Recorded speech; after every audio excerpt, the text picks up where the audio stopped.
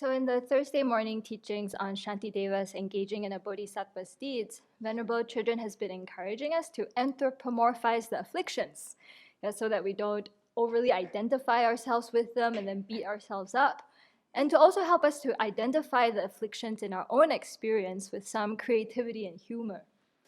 And actually, the first Dalai Lama, Gendun Drup, has already done the homework for us in his poem Requesting Protection from the Eight Dangers, which basically anthropomorphizes the 8 key afflictions.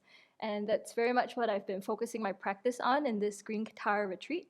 So today I'd like to talk about one of the verses which I found really helpful in working with an affliction that I find very difficult to identify, which is attachment. So let's just start by looking at the verse. Sweeping us in the torrent of cyclic existence so hard to cross, where conditioned by the propelling winds of karma, we are tossed in the waves of birth, aging, sickness, and death, the flood of attachment. Please protect us from this danger. As a former literature student, I really appreciate the metaphor of water here, because I remember the first time I started to identify attachment in my own experience, I felt like a fish trying to identify water. It was just like the thing I swam in. It's the very fabric of my existence. All this social conditioning, family conditioning, that if I achieve something, obtain something, go somewhere, have someone in my life, then I will be happy. Right? That's like the air I breathed. Yeah? And that's just not true. And even if you move to a monastery, the same mind continues to arise, but just in relation to different objects. And I find the verbs in this poem very useful for identifying just the actual lived experience of attachment. Sweeping, propelling, tossed. And so this feeling of a rush, adrenaline, I feel like I have no control. There's no other option. I must do something, or I must get this thing. That's my internal day-to-day experience of attachment. My mind just gets totally focused on that thing, person, object, idea, and I can't think of anything else.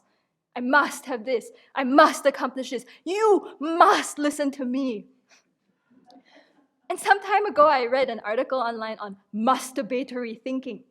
Believe it or not, it's an actual term coined in the 1950s by Albert Ellis, a psychologist who developed rational emotive behavior therapy. So he coined this term masturbatory. He developed what's called a solution-focused model of psychotherapy that encourages people to dispute irrational thinking, to reduce emotional disturbances such as anxiety, and to develop healthier emotional self-regulation. Sounds like what we do, huh? So Ellis used this term masturbation to refer to irrational thinking based on 3 musts that we cling to in the world. So these are the 3. I must do well and win the approval of others, or else I am no good. So, some examples that were given in the article are like, I should work out more. I should be more successful. Familiar? And the second kind of masturbatory thinking is, other people must do the right thing, or else they are no good and deserve to be punished. So we think, they should be doing more. A good friend would call me back right away. And the third kind of masturbatory thinking is, life must be easy without discomfort or inconvenience. So we think, I must not be inconvenienced. Anxiety is unbearable. Life should be fair. So the article concludes that masturbatory thinking is based on cognition that is inflexible, unrealistic, and non-accepting. And it leads us towards suffering.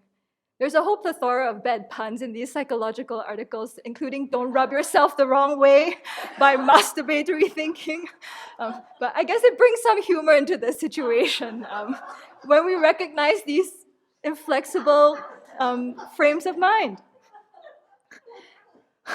And I think it very much ties in with even the very traditional Buddhist definition of attachment that we come across in the mind and mental factors.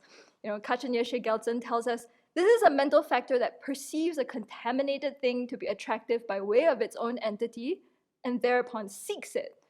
And I really appreciate Lama Tsongkhapa's elaboration in the Lamrim. He says, attachment observes an external or internal object that is beautiful and attractive and then becomes attached to it. For example, just as oil has soaked into a piece of cloth is difficult to remove, likewise attachment spreads on and adheres to its object of observation, making it difficult to tear oneself away from it. Yeah, so another way of talking about, must. Yeah, it's just bound up like that. Can't live without it. But in this verse too, Gendun Druk points out how attachment doesn't just bring us suffering in our day-to-day experience. Right? He's really talking about how it causes us to be reborn and suffer again and again and again in cyclic existence. Because if we keep nourishing these thoughts of attachment, then at the time of death, we're thinking, I must have another body. Otherwise, I will go out of existence, right? I must exist. I must have desire and pleasure and all these things that I find wonderful. Give me, give me, give me. And then, bam, right? You take another rebirth again and again. And everything you get in cyclic existence just doesn't bring any satisfaction. So, like that, tossed by the waves of suffering, karma, again and again. So what are the antidotes to this? Right, so I think there are extensive lists available on Venerable Children's website, but just based on reflecting on attachment in this way, I think first of all, just to know how the mind's working, right? When I'm using extreme terms like must have, never, always, can't live without, right? I can pause and just expand my perspective and just ask myself, is this really so important? Or is it only important to me, the one of the 7 billion people on this planet? Must I have this? Do I have to have this now? Right, so if I can catch it early, just even stopping and checking up and questioning those thoughts helps me to calm the mind down a bit. And of course, we've heard lots about reflecting on the impermanence and foulness of the object, all the problems that it brings, because that helps us to see that the attractiveness is not in the object itself. And then this verse gets us to think about the disadvantages of attachment, the suffering that it brings in this life and future lives. And my favorite meditation, though, I will say, when my mind is completely swept up. Because, when you're in the throes of it, you're not able to pause and question the way you're thinking, right? Or even thinking, oh yeah, that object is foul. Yeah, right. It's like, whew, you're swimming along down the river. So what helps me a lot is the meditation Venerable Children has described, and I think she calls like the Queen for a Day meditation, in which you imagine you get everything you want and more, right? And then you just go ahead and play it out. You have the 2 servants massaging you or whatever, doing your nails while you order people around, whatever it is you want. And then you ask yourself, and then what? Is this actually going to bring any happiness? And it's actually a meditation on the disadvantages of cyclic existence, right? Because you have this mind that just wants and wants and wants, and it's just never satisfied. The satisfaction is just not in that external object. And sometimes I do a spin on it where I take this into my next life. Where I have a lot of attachment to praise, right? So when I see that come up in my mind, I imagine that I'm a pet dog of a very loving family, and I get a ton of praise from them. It's amazing, right? As a dog, they throw a ball. You just go fetch the ball, and the whole family's like, wow! Good girl, good boy. Everyone's so happy tickling you on your stomach, rubbing you behind your ears. I'm like, oh, is that what I really want? Good girl, good job. You picked up a stick. So yeah, that helps me a lot when I'm just so hungry for, come on. And when I'm very attached to my reputation, like I just want to hear applause, I think about being Shamu the whale, which I've told the community about. It's like the whole room, the whole auditorium at SeaWorld is screaming your name. They're clapping, Shamu, Shamu, right? They're wearing the Shamu the whale t-shirts, right? And there you are, this giant whale. It's so sad. Swimming up, right? And you make your grand entrance, and you're this big whale, and everyone's screaming. And they give you a bunch of fish. It's like, wow, that's what I want, to be so famous like Shamu. Great, be careful what you wish for.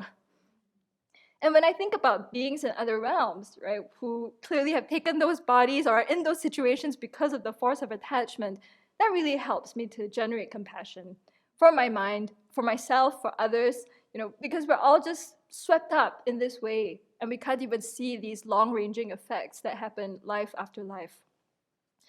So in conclusion, I think this verse very much ties in with what we recite every week with the three principal aspects of the path. And I'm sure, well, I'm not sure, but I'm guessing Lama Tsongkhapa was referencing this poem too when he wrote, "Swept up by the current of the four powerful rivers, tied by the strong bonds of karma which are so hard to undo, caught in the iron net of self-grasping egoism, unceasingly tormented by suffering, by thinking of all other sentient beings in this condition, generate the supreme altruistic intention." So that's another very powerful antidote to attachment, for us to really see how all beings are trapped by this state of mind, and to you take that into our practice, not to beat ourselves up, not to get frustrated or feel hopeless, but to see that we can slowly, through this process of changing the way we think, relaxing our masturbatory thinking, we learn how to open our hearts and genuinely care for ourselves and all beings.